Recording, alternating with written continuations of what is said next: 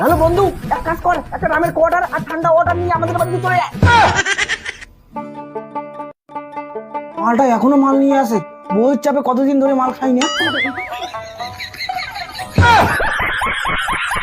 বন্ধু মাল নিয়ে চলে এসেছি, দরজাটা খোল। ও চলে আসছিস তুই, তাতে ভিতরে আয়। এই মাল নিয়ে এসছিস তো?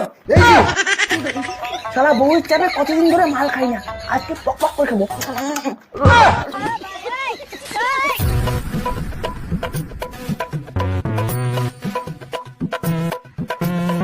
তারপরে বল, বিয়ে করার পরে কি রকম চলছে? আর বলিস না, বিয়ে করে জীবন বরবাদ।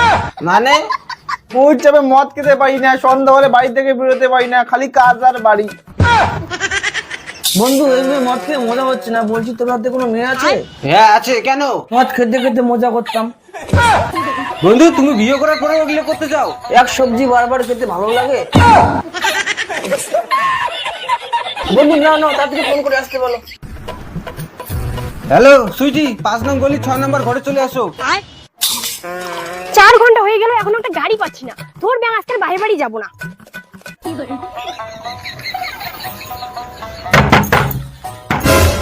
এই মনে হয় কলকাতা চলে আসছে।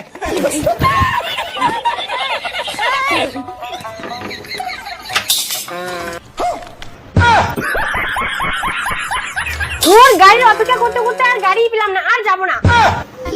আজকে আমি শেষ।